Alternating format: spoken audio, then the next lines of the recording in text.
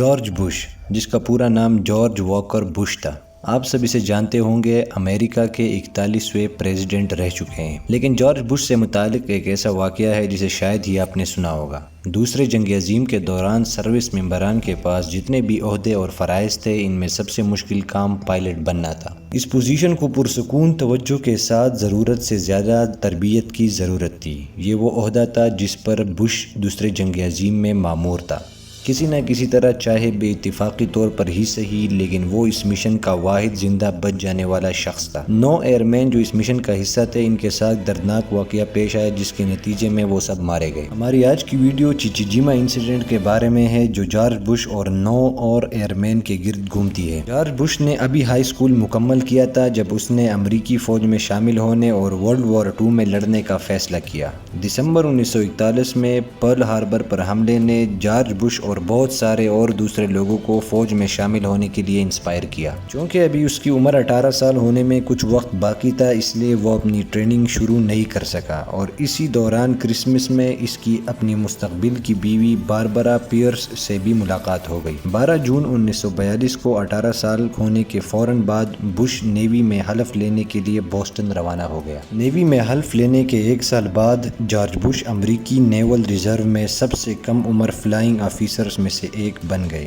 اس کا مشن جاپانیوں کے خلاف لڑائی میں بحر الکاہل کے اوپر گرمین TBM ایونجر ٹورپیڈو بمبار طیاروں کو اڑانا تھا۔ ستمبر 1944 کو ایک دن طلوع آفتاب کے وقت بش اور اس کے عملے کے 2 ارکان کو کئی دوسرے طیاروں کے ساتھ چیچیجیما نامی جاپانی جزیرے پر ایک مشن پر بھیجا گیا تھا۔ چونکہ یہ جزیرہ جاپانیوں کے لیے کمیونیکیشن اور سپلائز کا اہم مرکز تھا، اس لیے جارج بش کا کام ایک ریڈیو ٹاور پر بمباری کرنا تھا جس سے جاپانی مواصلاتی لائنوں کو کاٹ دیا جائے۔ بدقسمتی سے مشن منصوبہ بندی کے مطابق نہیں چلا اور اس میں شامل تقریباً ہر ایک ہوائی اہلکار ہلاک ہو گیا۔ جیپنیز نے بش کے طیارے کو نشانہ بنایا جس سے اس کا جہاز اور کاکپٹ دھوئیں سے بھر گیا۔ 20 سالہ بش نے اپنے عملے سے کہا کہ فوری طور پر طیارے سے فرار ایجیکٹ ہو جائے۔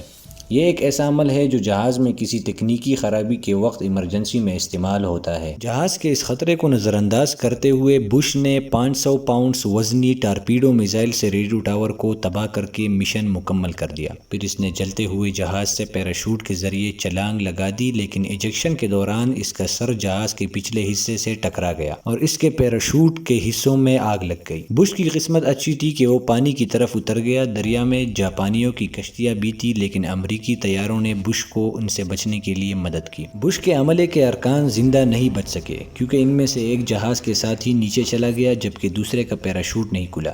مار گرائے گئے دیگر طیاروں کے کئی ہوائی اہلکاروں کو جاپانیوں نے پکڑ لیا، اور پھر ان کے ساتھ وہ ہوا جو ایک انسان تصور بھی نہیں کر سکتا۔ وہ سب کے سب جاپانیوں کے ظلم کا نشانہ بنے، جن میں سے 5 کے سر قلم کیے گئے جبکہ 4 امریکی فوجیوں کے ساتھ کینیبلزم کیا گیا۔ کینیبلزم سے مراد اگر آسان الفاظ میں آپ کو سمجھانا ہو تو اس میں ایک انسان کے ٹکڑے کر کے اسے پکا کر کھایا جاتا ہے۔ ان امریکی اہلکاروں کے ساتھ بھی یہی ہوا۔ جاپانی فوج کی سربراہی اس وقت لیفٹیننٹ جنرل یوشیو تاچیبانا کر رہے تھے، اور اس نے 5 اہلکاروں کا سر قلم کرنے اور باقیوں کو کاٹ کر کھانے کا حکم دیا۔ بعد میں 1947 میں جب اس کیس کو انویسٹیگیٹ کیا گیا تو 30 جاپانی فوجیوں نے 4 آفیسرز، جن میں جنرل تاچیبانا بھی شامل تھا، ان کو ملزم قرار دیا گیا اور پھانسی کی گھاٹ اتارا گیا، کیونکہ اس وقت کے قانون میں کینیبلزم کی اجازت نہیں تھی اور یہ سراسر ایک ظلم تھا۔ جارج بش وہاں سے نکل کر کئی گھنٹوں تک لکڑی کے ایک ٹکڑے پر تیرتا رہا اور آخر کار USS فن بیک آبدوز نے اسے بچا لیا۔